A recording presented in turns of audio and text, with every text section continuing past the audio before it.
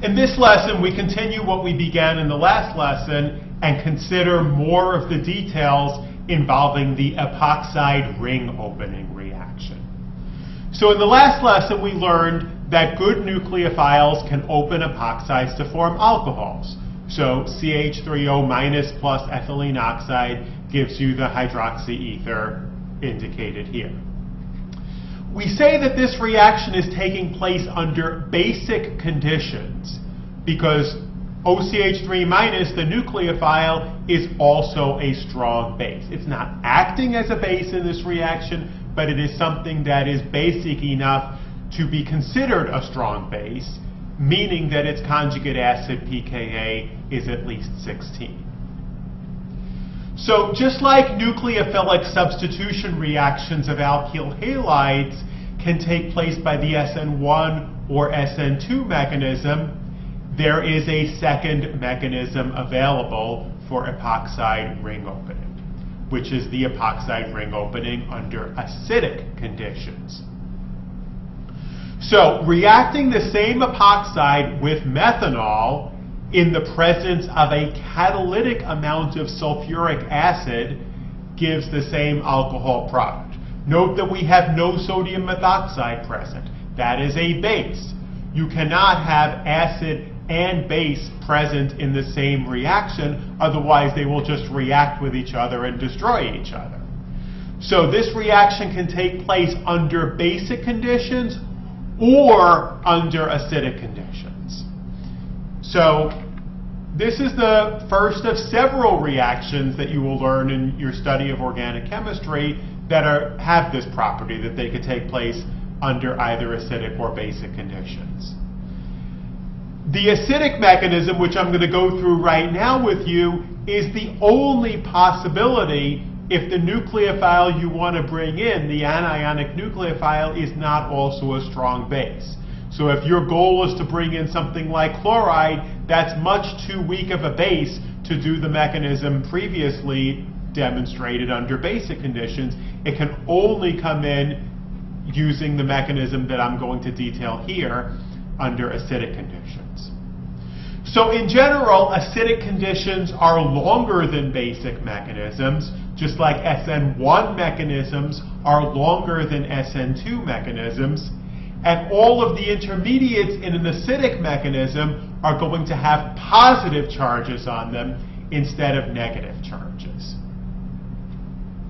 Okay, so let's go through the detailed mechanism of the acid-catalyzed epoxide ring opening. Step 1 actually does not involve the epoxide at all. In this mechanism, we are arguing that methanol is both the solvent and the nucleophile, and we are using a catalytic amount of sulfuric acid. Since methanol is the solvent, we have a lot more methanol present than we do epoxide. The epoxide and the methanol are roughly equal in basicity, but since we have so much more methanol present, the reaction that's going to happen first before the epoxide ever gets involved is the protonation of methanol. Okay, so we have methanol here acting as the base, sulfuric acid is the acid, and we have our standard Bronsted acid-base mechanism involving two curved arrows, one from the OH oxygen to the H acidic hydrogen of sulfuric acid to form the extra bond to oxygen, and then the second arrow breaks the OH bond of sulfuric acid. I am not indicating the HSO4- byproduct in this particular mechanism, but you should know that it's there. Okay, now we have an acid, and now we can use that acid to protonate the epoxide. So the oxygen has two lone pairs on it, so we can use a lone pair to take the hydrogen that we just put on methanol off of methanol, and we now have a protonated epoxide. So in our first two steps, we've done two proton transfer reactions. This is why it was so important that initially, when we first started studying mechanism, we developed the rules of mechanism and using curved arrows, using proton transfer reactions, because proton transfer reactions show up as steps in more complex mechanisms. Once we have protonated the epoxide, it now gets attacked by methanol. Remember, we are under acidic conditions. Methanol is the best nucleophile present. There is no CH3O- present at all.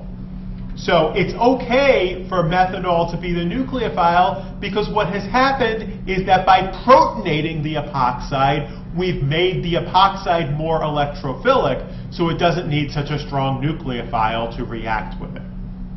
So we attack the epoxide on one of the carbons. Okay, even though there's a positive charge on the oxygen is not what gets attacked. It is the carbon that's getting attacked. So we draw an arrow from the OH of methanol to the carbon of the epoxide, and then the bond that we are breaking is the carbon-oxygen bond of the epoxide, putting those electrons onto the oxygen. Okay, but we still have the hydrogen on what was previously the methanol. We still don't have a final product that is neutral. We have a cationic final product instead of an anionic final product in the basic mechanism. So we need a step 4, and that step 4 is proton transfer to the solvent to regenerate the acid catalyst. So in this case, another molecule of methanol comes in. You've got all the methanol you want in this reaction because it is the solvent. It comes in, removes the extra hydrogen. You put the electrons onto the oxygen to now make your neutral organic product, and you have regenerated CH3OH2+ that can feed right back into step 2 of the mechanism. Okay, so step 1 happens just a little bit at the beginning of the reaction to generate some CH3OH2+. Once we've generated some of it, it can go around the cycle and it gets regenerated at the end of the mechanism. Okay, so that's the acid-catalyzed epoxide ring opening mechanism. The last thing that I want to cover in the general area of epoxide reactions is what happens if you have an unsymmetrical epoxide. So far we have only considered ethylene oxide as our epoxide, and the 2 carbons of that are the same. When you have an unsymmetrically substituted epoxide, the product obtained depends on whether the reaction takes place under acidic conditions or under basic conditions. So why is this? Under basic conditions, the reaction does what we would expect it to do. The nucleophile attacks the substituted carbon, which is what we would expect for steric reasons. Okay, in this particular epoxide, we have one carbon that is bound to 2 other carbons and the other carbon that's bound to 2 other hydrogens. If a nucleophile has the choice to attack the sterically less hindered versus the sterically more hindered carbon, it's going to attack the sterically less hindered carbon, and that gives us product A as we would expect. However, if we are doing the reaction under acidic conditions, we get the opposite selectivity. So the product obtained under acidic conditions results from attack of the more substituted carbon. Notice the CH3O bond is to the carbon that has the 2 methyl groups on it, giving us product B. Doesn't make sense at first glance. Hopefully it will make more sense if we consider the following equilibrium between the protonated epoxide and the tertiary carbocation. Remember, back to the unit on alcohols, once you protonate an oxygen, you have made it a good leaving group. So in this case, for all intents and purposes, the epoxide oxygen behaves the same way. It can, once it is protonated, that piece can behave as a leaving group, and the bond indicated in red can cleave using the arrow as indicated, putting the electrons onto the oxygen to give a carbocation.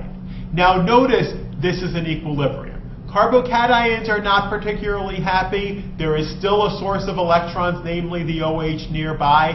That OH can come back in attack the carbocation and regenerate the protonated epoxide, in which all atoms are obeying the octet rule.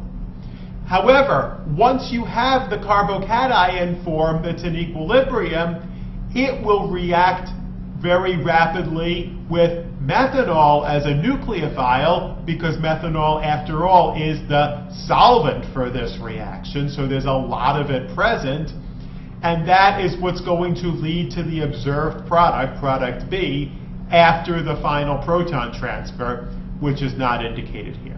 So just to recap, the arrow in this final step goes from the oxygen of the methanol, the nucleophilic atom, to the carbocation of the protonated epoxide that has been opened up to give a carbocation.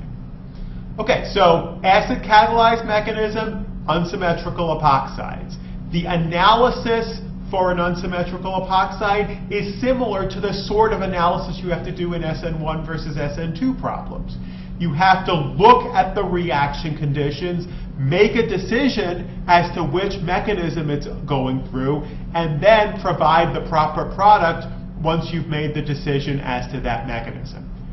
That theme was also true in the substitution versus elimination problems. Okay, so being able to deduce a mechanism and thus products from the mechanism is a major theme of this part of the organic chemistry course. So we have now considered carbonyls and epoxides as carbon electrophiles. In the next lesson, we will go back and look at some carbon nucleophiles and show how the carbon nucleophiles and the carbon electrophiles will react together to form carbon-carbon bonds.